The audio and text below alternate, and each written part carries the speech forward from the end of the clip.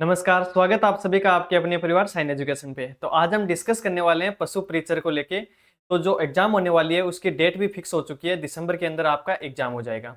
तो उसके अंदर दो पार्ट दे रखे हैं सिलेबस के अंदर, पार्ट ए और पार्ट बी। तो पार्ट बी के अंदर जो पशुओं से संबंधित है, उनका पालन पोषण है, बीमारियां हैं और है वो सारा का सारा जो पशुपालन से संबंधित है वो आपको वीपी सर पढ़ा रहे हैं, तो वो अलग से आप देख लेना। और हम बात करेंगे पार्ट ए के बारे में। तो पार्ट ए के अंदर मैथ का भी रोल रहेगा, क्योंकि मैथ के कुछ क्वेश्चन आने वाले हैं। तो जीके का अलग है और मैथ का थोड़ा सिस्टम रहेगा, तो मैथ की क्लास हम यहाँ पे डिस्कस करेंगे। तो मैथ के अंदर ज्यादा वो लंबा चौड़ा सिस्टम है नहीं, कोई भी एडवांस क्वेश्चन नहीं पूछे जाएंगे, ओनली सिंपल सिंपल क्वेश्चन आएंगे, लेकिन हम इस पार्ट को छोड़ नहीं सकते, तो इस पार्ट को भी हम तैयार करेंगे। तो हम आज पहली क्लास स्टार्ट कर रहे हैं संख्या पत्ती से, क्योंकि मैथ को स्टार्ट करेंगे तो बेसिक से अगर हमारा बेसिक कंप्लीट नहीं होगा, तैयार नहीं होगा, तो हम आगे एडवांस लेवल तक नहीं पहुंच पाएंगे। तो हम बेसिक से देखते हैं। तो हमारा आज का टॉपिक रहेगा संख्या पत्ती। तो नंबर सिस्टम क्या होता है उसको हम विस्तार से समझेंगे। तो और 3 क्लास के अंदर हम इसको कंप्लीटली पूरा कर देंगे। तो देखो संख्या पत्ती, नंबर सिस्टम। सबसे पहले तो मेरे को ये बताओ, नंबर होता क्या है? संख्या किसे बोलते हैं हम? संख्या वो होती है जैसे कोई भी अंक है, जैसे 1 2 3 4, उन अंकों के समूह के द्वारा अगर हम किसी को रिप्रेजेंट कर रहे हैं तो वो संख्या होती है। जैसे फॉर एग्जाम्पल मैं लिख रहा हूँ 5 और 3, तो ये मिला के 53, ये क्या हो गई? ये संख्या हो गई। यानी अंकों के द्वारा अगर हम उनके अंकों के समूह को एक साथ लेके चलें तो वो क्या कहलाती है? संख्या कहलाती है। तो हम देखो हमारी आज की पहली क्लास शुरू करते हैं। सबसे पहले हम बात करेंगे संख्या के बारे में। तो संख्या समझ गए आप, अंकों के समूह को हम क्या बोलेंगे? संख्या बोलेंगे। और अंक क्या होते हैं? सबसे पहले ये देखो, अंक होते हैं 0 से लेके 9 तक।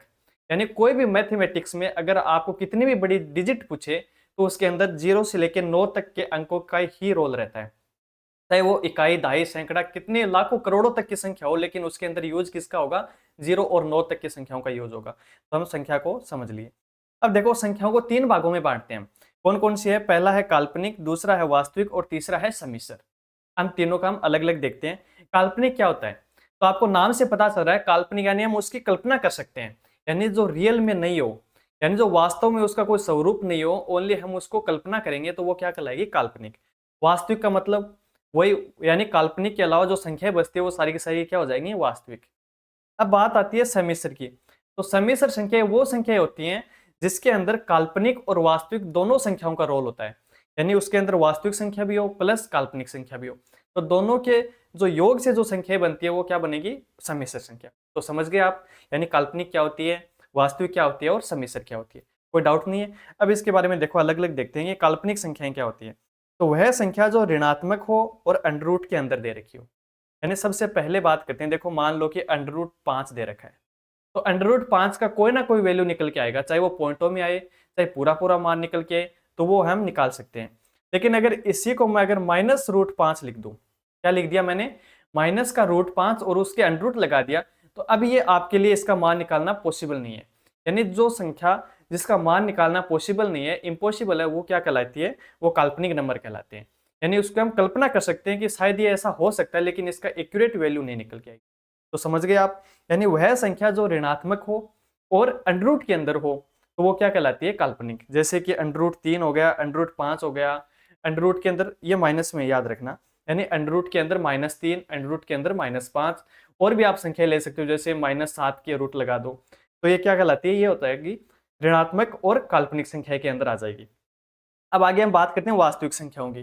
तो वास्तविक संख्या क्या हो जाएगी? काल्पनिक के अलावा प्रत्येक संख्या वास्तविक संख्या होती है। यानी काल्पनिक संख्याओं को आप साइड में करें तो उसके अलावा जो भी नंबर बचता है वो क्या कहलाता है? वास्तविक नंबर। जैसे 0 1 2 3 4, कितनी भी चाहे इन्फिनिटी तक संख्याएं हो, या फिर under root 5, under root 10, under root 15, यानी कोई ना कोई वैल्यू उनकी निकल के जरूर आती है, तो वो सारे क्या कहलाते हैं? वो हो जाएगी वास्तविक संख्या। अब है इंपॉर्टेंट थोड़ी सी कि सम्मिश्र संख्या। हालांकि इतना इसका पूछा नहीं जाता एग्जाम के अंदर ये सम्मिश्र संख्या क्या होती है, लेकिन आपको पता होना जरूरी है कि जिस संख्या के अंदर काल्पनिक और वास्तविक संख्याओं का दोनों का बराबर रोल हो, दोनों का इसमें मिश्रण हो, तो वो क्या कहलाएगी? सम्मिश्र संख्या। जैसे कि देख, ये दे रखी है 3 प्लस अंडर रूट -5, यानी क्या संख्या है इसमें? देखो 3 प्लस अंडर रूट के अंदर -5। तो आपको दिखाई दे रहा होगा यहाँ पे जो 3 है वो क्या है? वास्तविक नंबर है। हमने अभी पढ़ा 3 क्या हो जाएगा? वास्तविक नंबर। और जो माइनस का रूट 5 है तो वो क्या है? वो हो जाएगा काल्पनिक नंबर। तो यानी वह संख्या जिसके अंदर वास्तविक भी हो और काल्पनिक दोनों का योग हो, वो क्या कहलाती है? सम्मिश्र संख्या। याद रह जाएगा, ठीक है। तो सम्मिश्र संख्या हम यहाँ तक छोड़ते हैं। अब हम बात करेंगे आगे, देखो कि वास्तविक संख्याओं को कितने भागों में हम बांट सकते हैं। अब हम वास्तविक संख्याओं को डिटेल से पढ़ेंगे। तो वास्तविक संख्याओं के अंदर दो संख्याओं का रोल होता है, एक होती है परिमेय संख्या, दूसरी क्या होती है, अपरिमेय संख्या। याद रखना है इसको कि वास्तविक संख्याएं हैं उनको दो भागों में बांटेंगे हम। कौन कौन सी दो भाग हो जाएंगे, एक हो जाएगी परिमेय और दूसरी क्या हो जाएगी, अपरिमेय संख्या। तो उम्मीद आपको ये याद रह जाएंगे। अब परिमेय संख्या क्या होती है, किसी को पता है तो बताओ। यानी हम किसको बोलेंगे कि ये परिमेय संख्या है, इसकी डेफिनेशन क्या हो जाएगी, और अपरिमेय संख्या किसे कहते हैं। तो आपको थोड़ा सा पता होना चाहिए कि परिमेय संख्याओं के अंदर इसमें शांत, अशांत परंतु आवर्ती, यानी देखो इसके अंदर शांत संख्या आएंगी। अब पहले ये समझेंगे हम शांत क्या होती है, अशांत क्या होती है, आवर्ती क्या होती है, अनावर्ती क्या होती है, धनात्मक क्या होती है और ऋणात्मक क्या होती है। यानी ये छोटी छोटी चीजें हैं, इसको हम डिटेल से समझ के चलेंगे तो आगे जितने भी मैथमेटिक्स का जो भी रोल है वो सारा का सारा क्या आपको पता है कि एक बेसिक के ऊपर डिपेंड रहता है। यानी हम पूरा मकान बना ले या बिल्डिंग बना ले, अगर उसकी नींव मजबूत नहीं है तो मकान ज्यादा देर टिक नहीं पाएगा। तो उसी प्रकार हम धीरे धीरे एकदम बेसिक से परिमेय, अपरिमेय, वास्तविक सारी की सारी संख्याएं उसको हम समझते चलेंगे। तो सबसे पहले बात आती है शांत संख्या। शांत संख्या वो होती है जिसका एक फिक्स मान होता है, यानी 3, 5, 7 ये तो हो गई वैसे नॉर्मल। और अगर पॉइंटों की बात करें तो 1, 5, 4, 5, 6 यानी यहाँ तक अगर कोई संख्या है तो वो क्या हो जाएगी, शांत संख्या। अशांत क्या होती है, अशांत होता है कि जैसे हम किसी संख्या में भाग दे रहे हैं, मान लो 3 के अंदर किसी का भाग दे रहे हैं, 6 का नहीं मतलब 5 का भाग दे दिया, तो अगर भाग देंगे तो वो पॉइंटों के अंदर चलता जाएगा चलता जाएगा। अगर उसका कोई फिक्स एंड नहीं आता है, यानी भाग दे रहे हो, मान लो नंबर आ रहे हैं, भाग दे रहे हो, आगे भी भाग बढ़ता जा रहा है, तो वो क्या हो जाएगी, अशांत हो जाएगी। क्या हो जाएगी, यानी उसका कोई अंत नहीं है, भाग दे रहे हो, आगे पॉइंटों में आ रहा है, नंबर आ रहा है, आगे बढ़ता जा रहा है, तो वो क्या हो जाएगी, अशांत।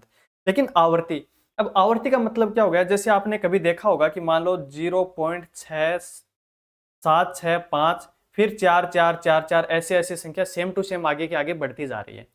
तो जो संख्या रिपीट हो रही है, यानी कि पॉइंटों के बाद में अगर फिक्स जैसे 5 7 नंबर के बाद में अगर कोई डिजिट बार बार रिपीट हो रही है, तो वो हम क्या कहलाएंगे, उसको आवर्ती। क्या हो जाएगी, वो आवर्ती।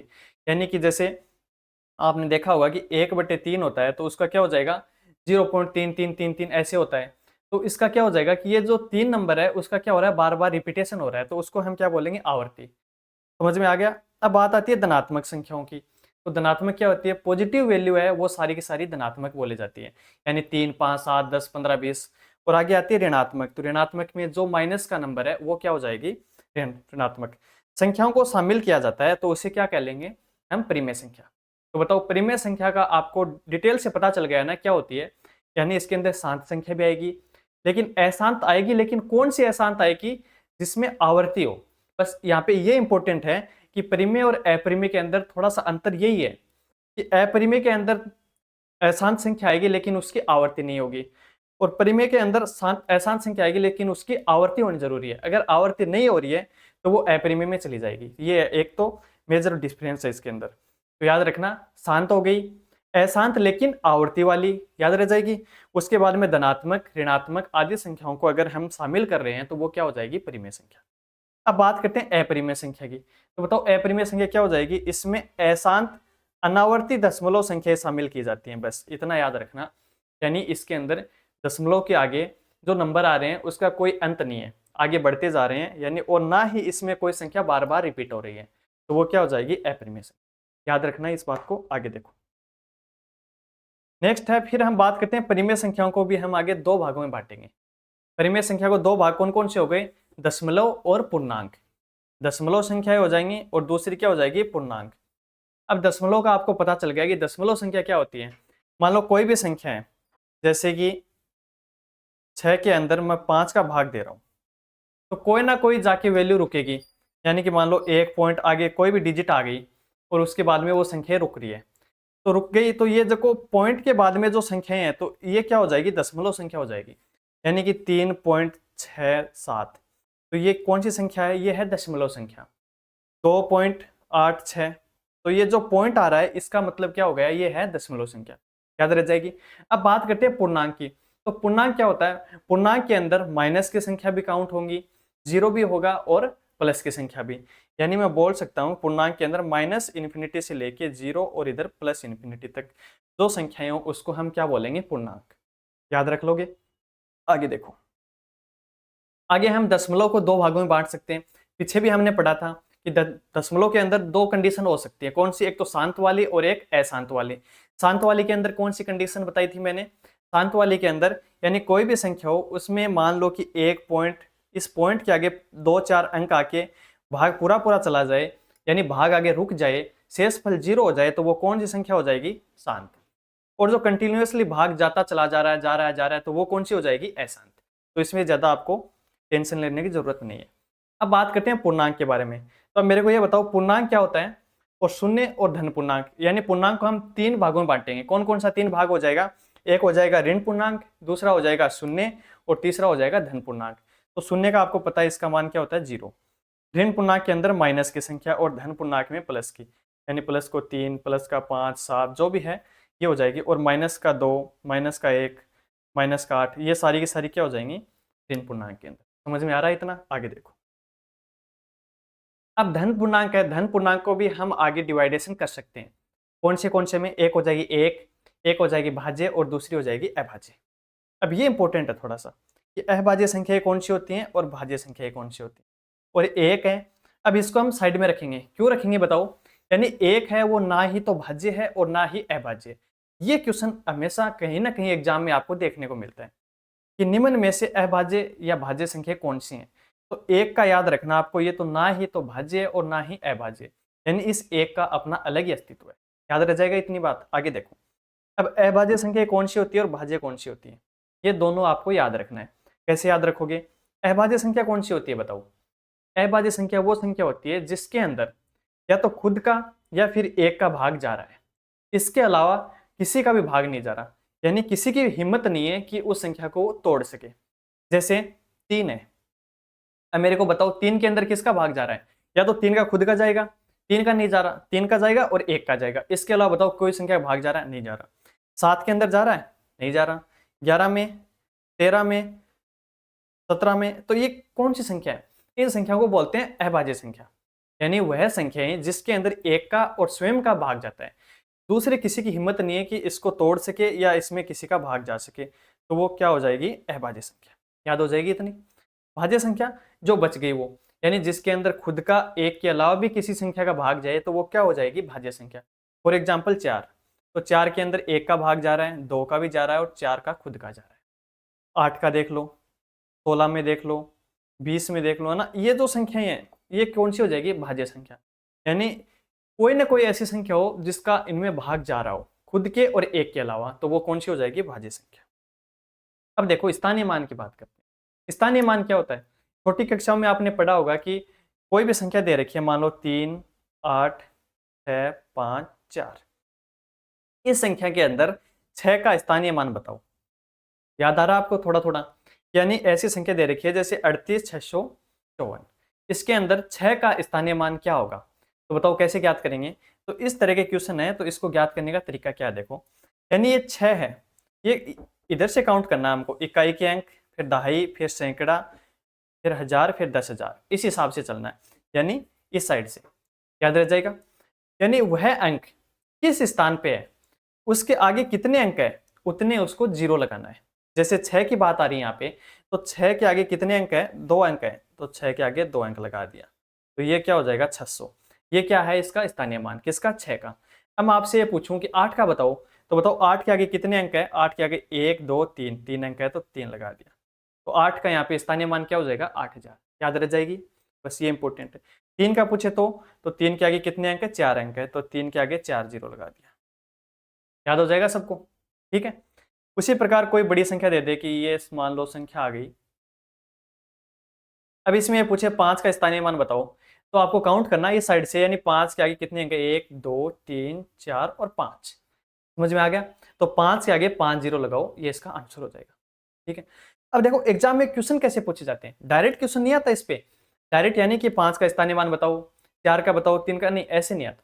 इसमें ये क्वेश्चन बनते हैं कि 5 के स्थानीय मान में 3 का स्थानीय मान जोड़ने पे क्या वैल्यू आएगी।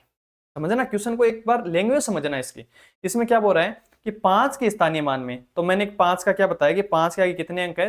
5 अंक है, तो 1, 2, 3, 4 और 5 अंक लगा दिए। यानी 5 के स्थानीय मान में 4 के स्थानीय मान वो ऐड करने पे क्या वैल्यू निकल के आएगी? तो 4 का स्थानीय मान यानी 4 के आगे 3 जीरो, 4 के आगे 3 जीरो, तो इसको ऐड करने पे क्या वैल्यू आएगी, ये हमारा आंसर आएगा। तो देखो 0 4 0 5, ये हमारा आंसर हो जाएगा। और इसी प्रकार से माइनस वाला पूछ सकता है कि 5 के स्थानीय मान में 3 का स्थानीय मान घटाने पे क्या उत्तर आएगा या क्या वैल्यू आएगी, वो हमको ज्ञात करनी है। तो याद रखना है, इस टाइप के क्वेश्चन बहुत पूछे जाते हैं। अब हम बात करते हैं प्राकृत संख्या की। तो प्राकृत संख्या कौन सी होती है? डेफिनेशन आपको याद रखनी है। प्राकृत संख्या क्या होती है? वह संख्या है जो 1 से शुरू होकर अंत तक जाती है। शुरुआत कहां से करनी है? 1 से, यानी 1 से शुरू होकर और इन्फिनिटी यानी अनंत तक जाती है। तो वो कौन सी संख्या हो जाएंगी? वो हो जाएगी प्राकृत संख्या, यानी 1 2 3 4 5 6 10 1000 20, यानी जितनी भी आपको वैल्यू पता है वो सारी प्राकृत संख्याओं के अंदर काउंट होती है। याद रह जाएगा। आगे देखो, पूर्ण संख्या क्या होती है? अब नाम से याद हो रहा है, देखो पूर्ण संख्या यानी प्राकृत, पूर्ण और एक पूर्णांक, तीन है। ये आप कंफ्यूज मत होना, क्योंकि पीछे हमने पढ़ी प्राकृत संख्या, वो कहां से स्टार्ट हो रही है? 1 से स्टार्ट हो रही है। और ये है पूर्ण संख्या। तो बताओ कौन सी ऐसी संख्या है जो रह गई, जिसके बिना ये संख्या पूर्ण नहीं हुई? तो आप बोलोगे कि सर संख्याओं में तो एक जीरो भी होता है। हाँ, तो जीरो से शुरू होके 1 2 3 यानी बढ़ती जाती है अनंत तक, तो वो क्या हो जाएगी? पूर्ण संख्या। यानी 1 से अगर स्टार्ट कर रहे हैं तो वो कौन सी हो जाएगी? प्राकृत। और जीरो भी शामिल कर रहे हैं तो यानी वो पूर्ण हो गई। तो संख्या पूर्ण हो गई, तो यानी जीरो से स्टार्ट करके इन्फिनिटी तक चल रहे हैं, तो वो हो जाएगी पूर्ण संख्या। अब हम बात करते हैं कि पूर्णांक की। अब पूर्णांक को भी थोड़ा सा आप माइंडली नाम से देखो, पूर्णांक। अब इसके अंदर जितने भी अंक है, यानी इस सृष्टि के अंदर जितने भी आज तक अंक बने हैं, वो सारे के सारे अगर हम शामिल कर लें तो वो अंक पूर्ण हो जाएंगे। यानी पूर्णांक को हम इस तरह से याद करेंगे, यानी इसके अंदर माइनस की संख्या भी आएंगी, प्लस की भी आएगी और जीरो भी आएगा, यानी सब कुछ, यानी जितने भी अंक हैं वो सारे के सारे इसके अंदर आ जाएंगे, तभी तो ये पूर्णांक हो जाएगा। तो यानी माइनस इन्फिनिटी से लेके प्लस इन्फिनिटी तक की जितनी भी संख्याएं हैं, वो सारी की सारी अगर हम जिसमें शामिल कर रहे हैं, वो क्या हो जाएंगे? पूर्णांक संख्या। याद रह जाएगी तीनों परिभाषा, प्राकृत, पूर्ण और पूर्णांक। आगे देखो, अब बात करते हैं भाज्य संख्या की। तो बताओ भाज्य संख्या कौन सी हो जाएगी और अभाज्य कौन सी? अभी अभी हमने पढ़ा था कि भाज्य संख्या कौन सी होती है, यानी वह संख्या है जिसके अंदर खुद का और एक के अलावा अगर कोई और संख्याओं का भाग जा रहा है, तो वो क्या हो जाएंगी? भाज्य। अब मैं फॉर एग्जाम्पल पूछूं कि मान लो 2 5 8 9 और 11, इसके अंदर भाज्य संख्या कौन कौन सी है? तो आप क्या बोलोगे? एक तो ये रही, एक ये रही। क्यों? इसके अंदर 2 का भी जा रहा है और इसके अंदर 4 का भी जा रहा है, इसमें 8 का भी जा रहा है। इसी प्रकार इसमें 9 का खुद का भी जा रहा है, 1 का भी जा रहा है और 3 का भी जा रहा है। तो यानी खुद का और 1 के अलावा अगर कोई और संख्या का भाग जा रहा है, तो वो क्या हो जाएगी? वो हो जाएगी भाज्य संख्या। और जिसमें 1 और स्वयं का ही भाग जा रहा है, वो कौन सी हो जाएगी? अभाज्य संख्या। तो बताओ दोनों चीज एक साथ क्लियर हो रही है आपको? हाँ ठीक है, आगे चलो। छह अभाज्य संख्या कौन सी होती है? तो इसको थोड़ा सा डेफिनेशन देखो। जब दो प्राकृत संख्याओं का मैस है, ए को, मैस है क्या है? एचसीएफ। ये हम आगे पढ़ेंगे एलसीएम और एचसीएफ क्या होता है, लेकिन आप थोड़ा सा यहाँ पे समझो कि दो प्राकृत संख्याओं का मैस है एक हो, तो वे दोनों सहअभाज्य संख्याएं कहलाती है। यानी ये मान के चलो कि ऐसी संख्याओं का युग्म जोड़ा, यानी 3 और 5, 4 और 7 मान लो, तो ये ऐसी संख्याएं हैं जिसके अंदर किसी भी कॉमन संख्या का भाग नहीं जा रहा। यानी में से एक होने का मतलब क्या होता है कि ऐसी कोई भी संख्या नहीं है जिसका दोनों में भाग जा रहा हो। जैसे कि 3 और 5, इसके अंदर ओनली एक ही ऐसी संख्या है, एक, कितना? एक, जिसका दोनों में भाग जा रहा है। इसके अलावा कोई भी ऐसी संख्या नहीं बनी जिसका दोनों में भाग चला जाए। और वही कंडीशन 4 और 7 के साथ है। तो ये कौन सी हो जाएंगी? ये हो जाएंगी असहभाज्य संख्या। अगर यहाँ पे ये होती है 2 और 4, तो इसके अंदर देखो एक का तो जा ही जा रहा है, लेकिन साथ में 2 का भी जा रहा है, यानी 2 का इसमें भी जा रहा है, इसमें भी जा रहा है। इसका मतलब ये संख्या इसमें काउंट नहीं होगी। तो याद हो गया? आगे देखो, सम संख्या। सम संख्या का आपको पता है सम और विषम दो पार्ट होते हैं। तो सम संख्या कौन सी हो जाएगी? जिसके लास्ट में 0 2 4 6 और 8 दे रखी हो, यानी लास्ट डिजिट। या फिर इसको हम ऐसे भी याद कर सकते हैं कि वह संख्या है जिसके अंदर 2 का भाग पूरा पूरा जा रहा हो। याद कैसे करनी है? कि वह संख्या है जिसके अंदर 2 का भाग पूरा पूरा जा रहा हो, वो कौन सी हो जाएगी? सम संख्या। और जिसके अंदर 2 का भाग पूरा पूरा नहीं जा रहा, वो कौन सी संख्या हो जाएगी? विषम संख्या। याद हो गई? देखो एग्जाम्पल के तौर पे मान लो 5 7 4 6 8 9 और 3 5 1 और 6 7। अब बताओ इसमें कौन कौन सी संख्या सम है और कौन सी विषम है। तो आप बोलोगे देखो इसके लास्ट में क्या आ रहा है, 4 आ रहा है। तो 4 आ रहा है इसका मतलब ये सम संख्या। यानी आपको कंडीशन 2 है, या तो इन डिजिट को याद कर लो यानी 0 2 4 6 8। तो आपको डायरेक्ट पता चल जाएगा ये सम है या विषम है, ये सम है या विषम। या फिर 2 का भाग दे के देखो, तो 2 का भाग दे के देखोगे वो थोड़ा सा लेंथी हो जाएगा, इससे अच्छा है आपको ये याद कर लो। यानी 0 2 4 6 और 8 जिसके लास्ट में दिखे वो सम संख्या है। तो इसमें देखो लास्ट में 9 आ रहा है, इसका मतलब ये सम संख्या नहीं है। इसमें 1 आ रहा है, ये भी नहीं है। और इसमें 2 आ रहा है, ये भी सम संख्या। याद हो गई? आगे देखो अब विषम के अंदर क्या रहेगी, यानी उसमें 1 3 5 7 और 9 ये संख्या अगर लास्ट में दिखे तो वो कौन सी हो जाएगी, विषम संख्या। या फिर इसका ऑपोजिट भी हम देख सकते हैं कि जिन संख्याओं के अंदर 2 का भाग नहीं जा रहा हो वो कौन सी हो जाएगी, विषम संख्या। तो बताओ याद हो गई दोनों की सम और विषम क्या होती है। कल को कोई क्वेश्चन आ जाए तो आप कंफ्यूज मत होना। आगे देखो वास्तविक संख्या हमने पीछे पढ़ी है कि वास्तविक संख्या वह संख्याएं हैं जिसके अंदर परिमेय और अपरिमेय दोनों संख्याओं को शामिल कर, यानी वास्तविक संख्याओं के अंदर परिमेय संख्या प्लस अपरिमेय दोनों का योग क्या होता है, वास्तविक संख्या। यानी इसके अंदर वास्तविक संख्याएं वह संख्याएं होती हैं जिसके अंदर परिमेय संख्या और अपरिमेय संख्या दोनों को हम शामिल करते हैं। अब परिमेय और अपरिमेय को थोड़ा सा हम डिटेल से और देख लेते हैं कि ऐसी संख्याएं जो एक पूर्णांक में दूसरे पूर्णांक का भाग देने पे बनी हो, अर्थात p/q के रूप में लिखा जा सके, और जिसके अंदर कंडीशन ये रहती है कि q का मान 0 के बराबर नहीं होना चाहिए। यानी अंश हो तो कोई भी पूर्णांक हो सकता है, परंतु हर के अंदर 0 के अलावा सभी पूर्णांक हो सकते हैं। यानी p/q के रूप में हम अगर कोई भी संख्या को रिप्रेजेंट कर रहे हैं और कंडीशन ये है कि q का मान 0 नहीं होना चाहिए, तो वह संख्या क्या कहलाती है, परिमेय संख्या। यानी कभी ये डायरेक्ट आपको डेफिनेशन पूछे तो इसकी ये एक्यूरेट डेफिनेशन है कि वह संख्या है जिसको p/q के रूप में हम डिफाइन कर सकते हैं, लेकिन q का मान 0 के बराबर नहीं होना चाहिए, तो वह संख्या क्या हो जाएगी, परिमेय संख्या। याद रह जाएगा सबको? ठीक है। जैसे 3/5 8/6, तो ये जो बट्टे में संख्याएं हैं ये सारी की सारी क्या है, ये है परिमेय संख्या। 22/7 तो ये क्या हो जाएगी, परिमेय संख्या। याद रह जाएगा सबको? या फिर कोई नॉर्मल संख्या हो 5 3 8, ये सारी की सारी परिमेय संख्या। या फिर ऐसा अंडर रूट जिसका मान निकलता हो, जैसे 4 का हो गया, अंडर रूट 9 हो गया, वो सारी की सारी कौन सी हो जाएगी, परिमेय संख्या। अब अपरिमेय संख्या हमने पढ़ी थी, ऐसी संख्या जिसको p/q के रूप में नहीं लिख सकते, अपरिमेय संख्या कहलाती है। जैसे कि पाई, तो पाई का मान क्या हो जाएगा यहाँ पे, अपरिमेय। अब एक में ये देखो कंट्रोवर्सी हो गई थोड़ी सी कि पाई अगर आ जाए डायरेक्ट सिंबल यानी पाई का मान, तो वो तो हो जाएगा अपरिमेय संख्या। और अगर पूछ ले 22/7 क्या है, तो 22/7 क्या हो जाएगा, परिमेय संख्या। ये आपको याद रखना है। ठीक है। आगे देखो अवास्तविक संख्या। अवास्तविक संख्या क्या होती है, जो वास्तव में है ही नहीं। यानी हमने सबसे पहले पढ़ा था काल्पनिक संख्या, जिसकी हम कल्पना कर सकते हैं, तो वो क्या हो जाएगी, अवास्तविक संख्या। यानी जिसका मान अंडर रूट के अंदर माइनस में हो, माइनस में है, माइनस के अंदर 5, तो ये सारी की सारी क्या हो जाएंगी, ये हो जाएंगी अवास्तविक संख्या। इसको हम अगर डिटेल से देखें तो इसके अंदर हम आयटा लगाते हैं। एक आयटा क्या होता है, आयटा का मान होता है माइनस का अंडर रूट 1। क्या होता है, अब अगर कल को क्वेश्चन आ जाए कि अंडर रूट 8, तो इसको हम थोड़ा सा अगर सरल कर लें तो ये हो जाएगा 8 आयटा। यानी आयटा का मान क्या होता है, अंडर रूट का -1। तो अंडर रूट का जो माइनस है उसको हम आयटा लिखते हैं, और 8 का 8, तो माइनस का √8 का मान ये निकल के आता है। तो ये इससे ज़्यादा हम आप यहाँ पे डिटेल नहीं करनी। आगे देखो पूर्ववर्ती संख्या और अनुवर्ती संख्या, दो संख्याएं होती हैं। पूर्ववर्ती से आपको पता चल रहा है नाम से, पूर्व में जो आने वाली संख्या है पूर्ववर्ती होती हैं, और आगे पढ़ेंगे अनुवर्ती, यानी बाद में आने वाली वो होती है अनुवर्ती। जैसे कल को क्वेश्चन आ जाए कि 3 2 1, यानी 321 की पूर्ववर्ती संख्या क्या हो जाएगी, तो यानी 321 से पहले कौन सा नंबर आता है, तो वो आता है 320। तो 320 क्या हो जाएगी, इसकी पूर्ववर्ती संख्या।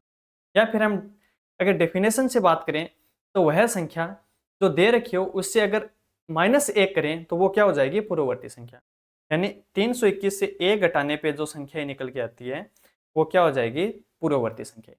उसी का उल्टा अगर हम देखें अनुवर्ती संख्याएं, तो क्या हो जाएगी, दी गई संख्या के अंदर +1 करने पे जो संख्या आती है, जैसे कि 850 है, इसकी अनुवर्ती संख्या क्या हो जाएगी, तो 850 प्लस 1 यानी 851। तो ये क्या हो जाएगी, अनुवर्ती संख्या यानी बाद में आने वाली संख्या। बताओ याद रह जाएगा सबको। तो हमने देखो सारे के सारे जो संख्याओं नंबर था उसका जो भी डिटेल थे वो सारे के सारे हमने पढ़ लिए। अब कल की क्लास में हम पढ़ेंगे भाजकता का नियम, इकाई का अंक ज्ञात करना, ये जो 2-4 टॉपिक हो रहे हैं, फिर हमारा नंबर सिस्टम यहाँ पे कंप्लीट हो जाएगा। तो उम्मीद है आज की क्लास में जो थोड़ा थोड़ा बेसिक था वो हमने देख लिया डिटेल से। तो उम्मीद है ये क्लास आपको समझ में आई है।